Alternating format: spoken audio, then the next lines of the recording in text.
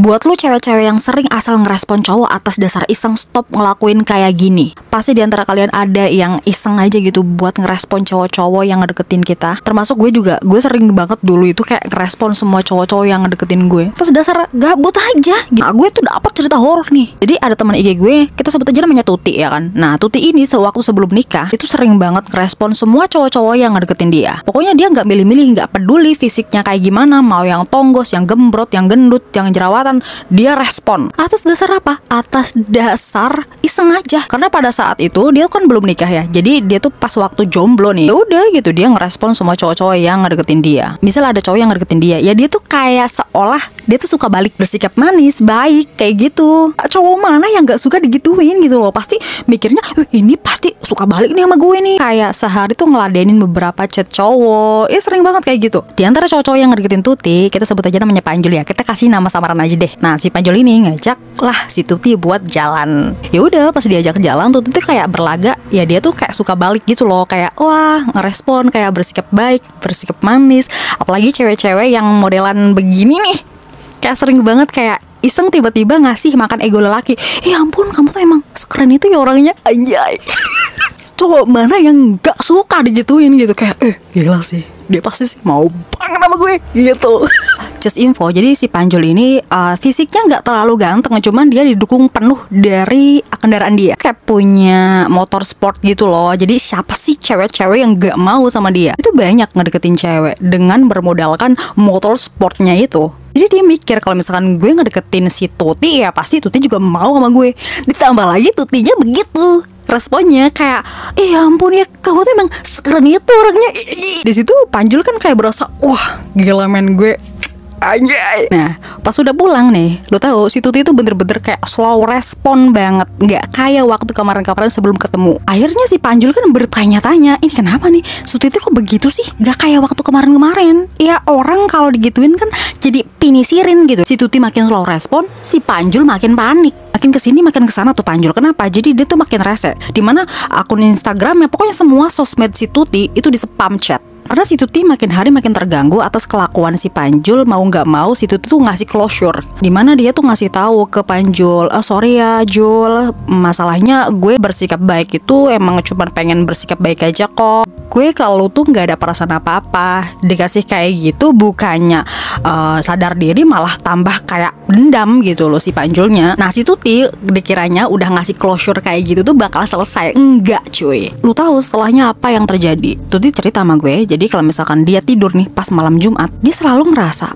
pas tidur tuh kayak ada yang nindihin, dan itu berat banget. Justru gue tuh kayak berasa berat banget nih badan. Gue bahkan gak bisa gerak. Gue tuh merasakan kenikmatan yang sangat luar biasa pas waktu itu. Di mimpinya dia tuh disetubuhi oleh lelaki yang badannya gede, hitam. Gila ini tuh mimpi cuman kayak asli. Ditambah lagi gue tuh bener-bener menikmati, bener-bener kayak puas banget, dan itu berlangsung setiap hari Jumat. Masalahnya tiap bangun dia tuh ngerasa pegel-pegel banget. Gue tuh bangun-bangun badan kayak berasa habis dipukulin, tau ya, sakit semua. Dan itu berlangsung lama.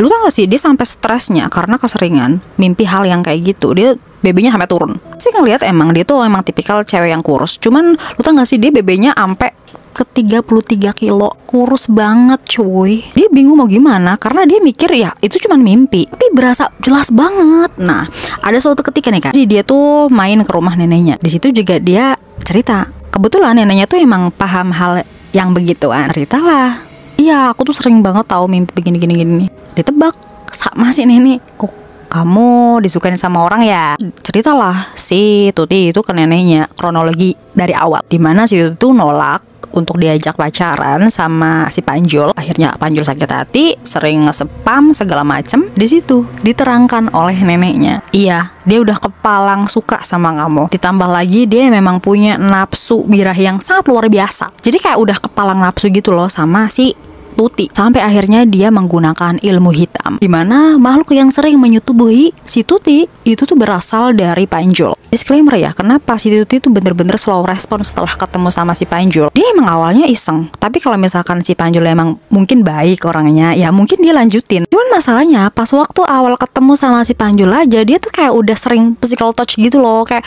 oh megang ini, oh gitu. Kayak gimana kita cewek nggak risih gitu loh. Misal gue tuh nih kalau misalkan nih orang baik ya udah gue lanjutin. Tapi orang pas waktu awal ketemu aja dia udah kayak gimana kita nggak ilfil, orang first impression aja udah berlaga. Gimana sih, lu pernah nggak sih pas ketemu sama cowok, pas awal mula ketemu dia langsung kayak aduh megang tangan kayak rangkul. Siapa yang gak ilfil? Nah akhirnya si itu disarankan untuk makin getol ibadahnya. Dan setelah dia menikah, itu berangsur menghilang kejadian-kejadian yang seperti itu. Ini buat pelajaran sih buat cewek-cewek di luar sana yang sering banget kayak iseng gitu kan. Kalau misalkan dia bukan standar loh, ini ala apa ya, mbak-mbak TikTok yang sering share high value woman. Kalau misalkan cowok yang ngedeketin lu tuh bukan standar lu, stop, jangan dilanjut. Apalagi kayak lu tuh sok baik gitu, no.